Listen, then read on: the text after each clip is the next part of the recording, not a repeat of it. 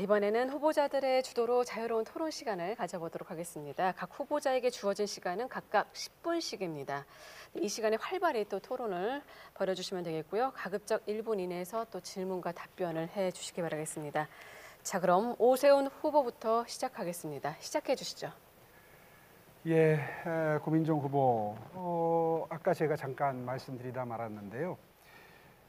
정말 이 부익부 빈익빈이 심각해진 문재인 정부 이후의 경제 상황, 이건 저는 역사의 길이 남을 문재인 정부의 실책이라고 생각합니다. 아까 말씀 중에 문재인 대통령의 참모였다 이런 말씀을 하셨는데요. 혹시 지금이라도 이 소득주도 성장을 철회하고 제대로 된 경제 정책을 펴서 바꾸어서 정말 고통 속에 신음하고 있는 우리의 서민들, 어려운 분들, 이 경제 문제 해결해 주실 생각 없으신지 간단하게 말씀해 주시기 바랍니다. 네, 그 빈익빈 부익부를 추구하는 정부는 이 세상에 어디도 없을 겁니다. 문재인 정부가 가장 추구하는 것은 포용국가를 실현하는 것입니다. 포용국가라는 건 사회 안전망을 강화해서 이 빈익빈 부익부를 최소화하자는 것입니다.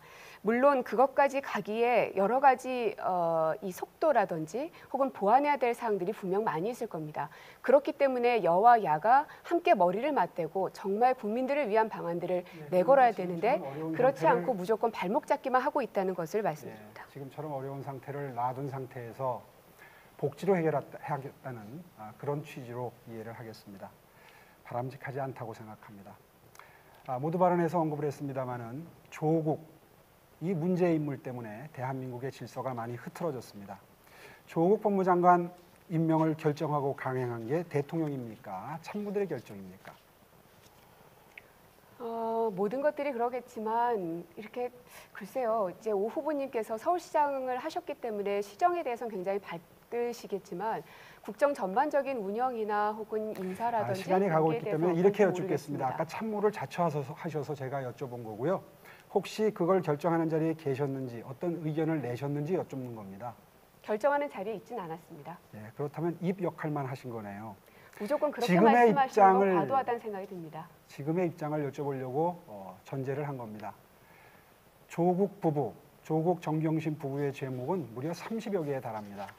사문서 위조 동행사, 공문서 위조 동행사, 정말 허위 공문서 동행사, 딸을 의사를 만들기 위해서 고등학교 2학년 때 2주간 인턴한 것을 가지고 국제적인 저널에 일저자로 올린 것부터 시작해서 아들 법조인 만들려고 했던 것, 여러분들이 아마 다 기억하고 계실 겁니다. 고민정 후보, 이제 대변인직을 벗으셨으니까요. 개인적인 입장 한번 여쭤보겠습니다. 조국 정경심 부부에게 이런 행태에 대해서 분노하지 않습니까?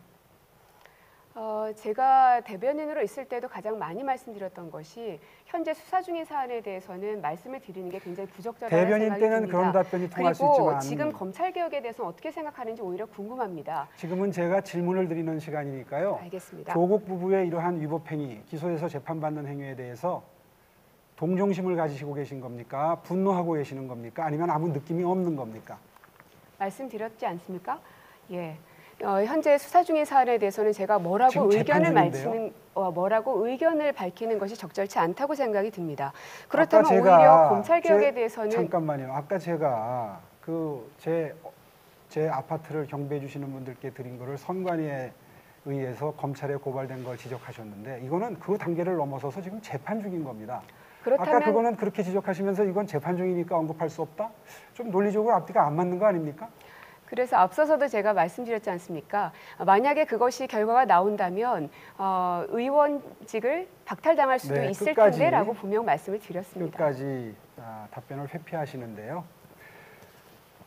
이렇게 여쭤보죠. 더불어시민당 비례 1번 신현영 교수는 이 사안을 놓고 좋은 집안에서 특혜를 받은 전형적인 케이스다. 이러면서 분노를 표시했습니다. 이 정도 답변도 하지 않으신 것으로 정리하고 다음 질문 드리겠습니다. 고민정 후보는 동성애에 대한 의견은 어떻습니까? 저는 반대합니다. 고민정 후보는 반대하십니까? 찬성하십니까? 그 부분에 대해서는 국민적 동의가 필요하다고 생각합니다.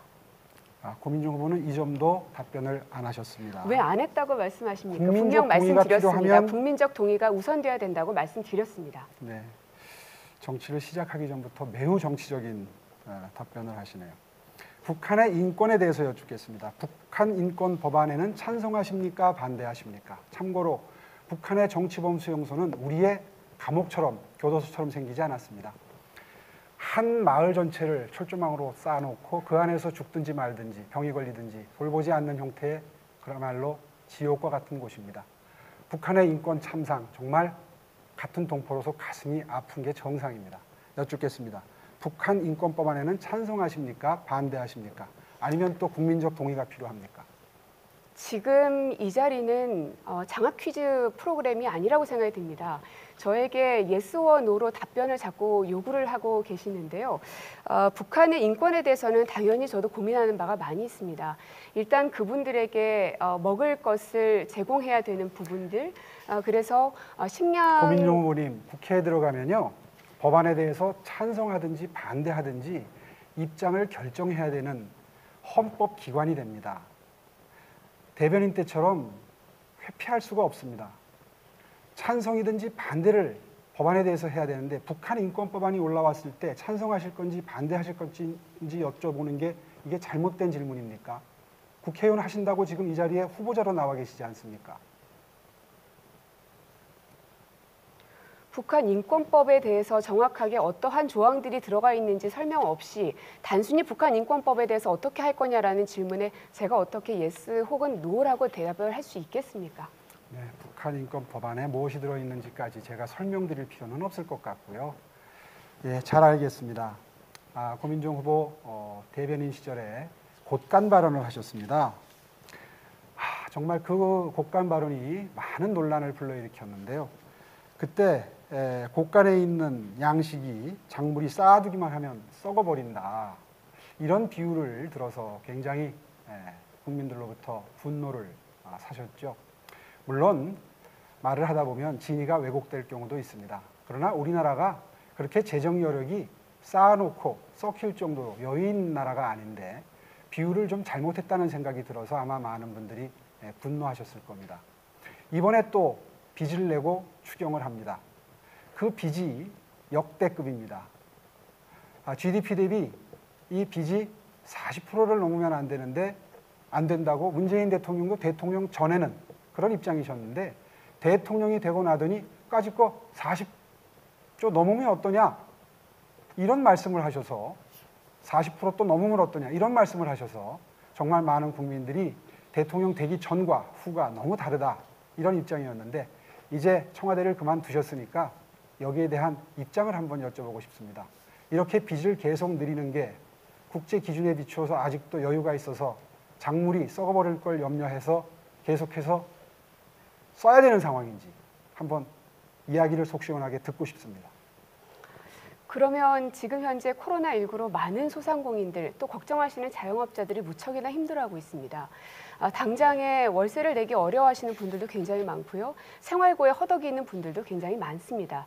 그럼 그런 분들을 이 재정 문제를 계속 말씀하시면서 해선 안 된다 혹은 세금을 퍼붓고 있다라고 말씀하시는 것이 과연 누구를 위한 세금이고 아니요, 누구를 위한 정치를 말씀하시는 건지 묻고 싶습니다. 이번 재난 긴급 지원금에 대해서 여쭤본 게 아니라 원래 말씀에 대해서 해명할 기회를 드렸는데 뭐 그렇게 해석하셨다니까 좋고요.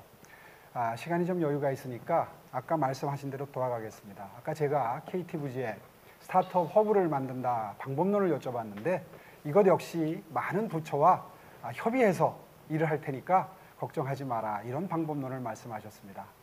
아마 준비가 안 돼 계실 겁니다. 스타트업 허브를 만들려면 소위 말해서 인프라스트럭처가 중요합니다.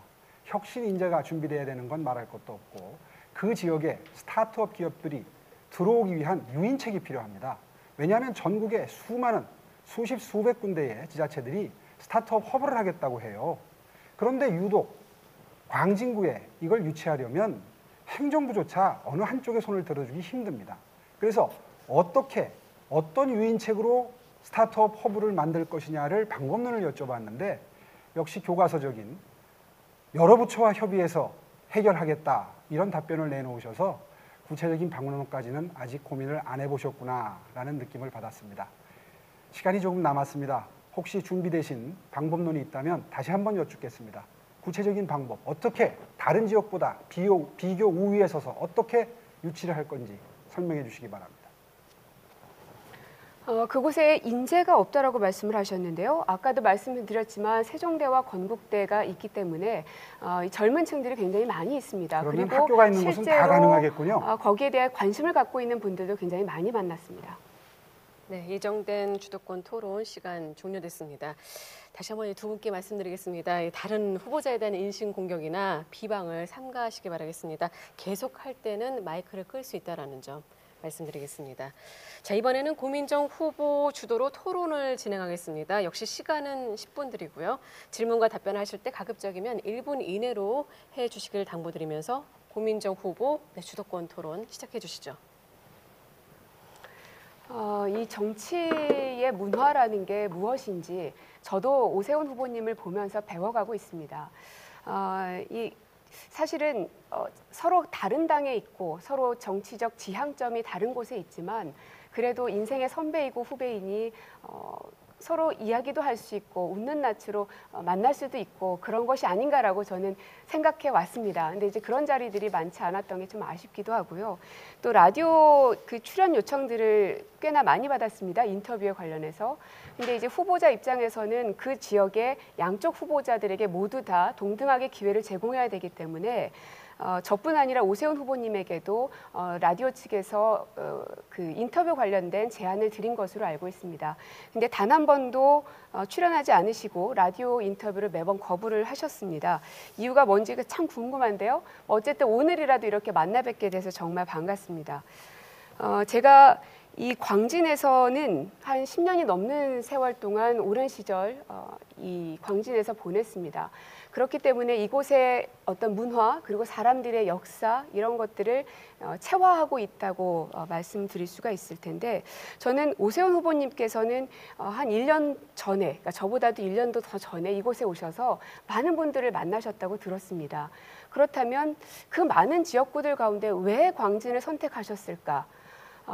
이제 많은 언론사들에서 거물급 정치인, 다음 대권을 도전할 그럴 오세훈 후보라고들 기사들을 많이 쓰고 있습니다. 정말 다음에 대권에 도전할 의향이 있으신지, 만약에 그러셨다면 그게 아니라 하더라도 지난번에 낙마하셨던 종로를 왜 버리셨는지 궁금합니다. 오히려 그곳에서 다시 한번 거물급 정치인이시니까 멋지게 도전장을 내미시고 거기에서 심판을 받으셨어야 되는 게 맞지 않는가 하는 생각이 듭니다. 왜 광진이셨습니까? 예, 순서대로 답변 드리겠습니다. 고민정 후보와 개인적으로 만날 기회가 딱 두세 번 있었던 것 같아요. 유세 현장에서 마주쳤었는데 정말 그 이후에 볼 기회가 별로 없었습니다.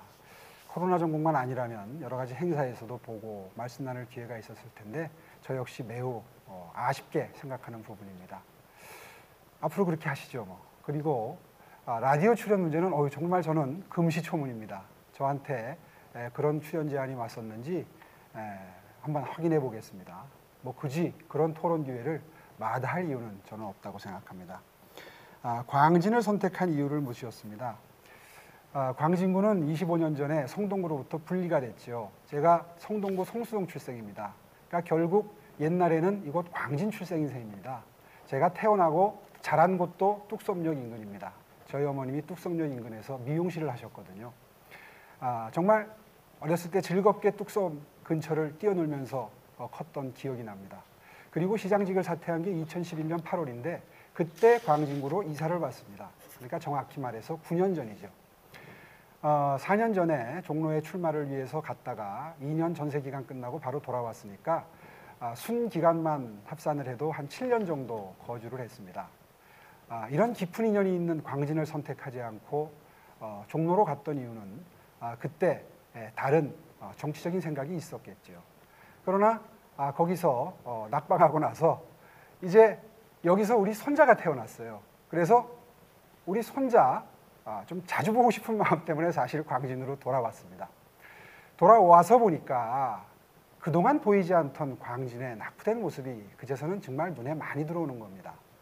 그때 마침 당으로부터 요청이 왔습니다. 그때 생각나시겠지만 당에 이제 당협위원장을 교체하는 개혁 시기가 있었습니다. 지금부터 한 1년 2개월 전이었죠. 그때 당에서 살고도 오래 살기도 했고 내가 태어난 곳이기도 하니 이곳 당협위원장을 맡아보면 어떠냐. 우리 당 입장에서 어려운 곳이니 당신 정도 되면 여기서 승부를 해주는 게 당에 도움이 되겠다라고는 의견을 듣고 선뜻 받아들인 거죠. 예. 예, 그럼 오세훈 후보께서는 앞으로도 계속 광진에만 남아 계실 생각이십니까? 아, 그럼요. 제가 이제 그리고 대권에는 3대가 여기서 살고 있거든요. 예. 저희 딸, 사위 그리고 손자까지 쉽게 다른 곳으로 가는 건 어렵고요. 네. 그렇게 말씀하시는 아니 고민정 그러면 제 질문 후보는 시간이니까요. 그러면 서대문댁이라는 얘기가 있던데. 대권에 도전할 생각은 없으신 건가요? 예, 그거는 정말 다음 문제라고 생각합니다. 저는 아까 말씀드린 것처럼 국회에 들어가서 미래에 대한 준비가 없는 문재인 정부가 미래에 네, 대한 그러면 준비를 대권에 충실하게 대해서는 도전하지 않으시는 걸로 이해하겠습니다. 지금 그 세빛둥둥섬 사실은 원래는 세빛섬이죠. 그런데 이게 어찌 보면은 별칭으로 세빛둥둥섬이라고 이름이 붙여졌습니다. 앞서서도 제가 1,400억 원을 투입했지만 대표적인 세금 낭비 사례로 손꼽히고 있고요. 그리고 계획 단계에서부터 사업 타당성이 없다는 용역조사 결과가 있는 것으로 알고 있습니다. 무리하게 추진해서 89억 원의 혈세가 낭비가 됐고 또 이 사항에 대해서는 감사원에서도 서울시 공무원 14명에 대해 징계를 요구한 것으로 알고 있습니다. 여기에 대해서 답변 좀 해주시죠. 예, 세빛둥섬은 별명이 아니라 그 플로팅 아일랜드, 떠 있는 섬이라는 걸 나타내기 위해서 처음에 장명했을 때 세 개의 빛이 나는 섬이라는 뜻으로 장명됐던 거고요. 제가 완성을 해서 다음 시장에게 물려줬는데 그 다음 시장이 생각을 달리해서 문을 걸어 잠궜던 겁니다. 3년 동안. 그리고 세금 낭비 사례라고 하는데요. 제가 오세훈 TV에도 상세하게 설명을 올려놓고 유튜브 동영상으로도 확인하실 수 있습니다만은 이 돈은 100% 민간 투자 사업입니다. 다시 말해서 효성이 대주주고요. 민간 기업들이 투자를 해서 지어서 30년 동안 운영을 해서 운영 수익으로 투자금을 회수하고 그 남는 섬은 30년 뒤에 기부 체납으로 서울시에 증여를 하는 겁니다. 서울시는 한 푼도 손해볼 게 없습니다. 그러면 아무런 문제도 없는데 왜 감사원에서 그러한 공무원에 대한 징계를 요구했는지가 궁금합니다. 예. 그런 사실이 있습니다. 앞서서, 그 징계, 질문하셨으니까 답변할 기회를 주셔야죠. 그 제 시간이 지금 얼마 안 남아서요. 아니요, 그 징계, 그런 걸 오해하시잖아요. 예. 보시는 분들이. 징계는 그 앞에 주차장 사업과 관련해서 이 사업이 돈을 회수하려면 주차장도 쓸 수 있어야 되는데 주차장이 운영 주체가 분리돼 있어서 그곳에 주차장을 쓸 수 있도록 해준 게 특혜다.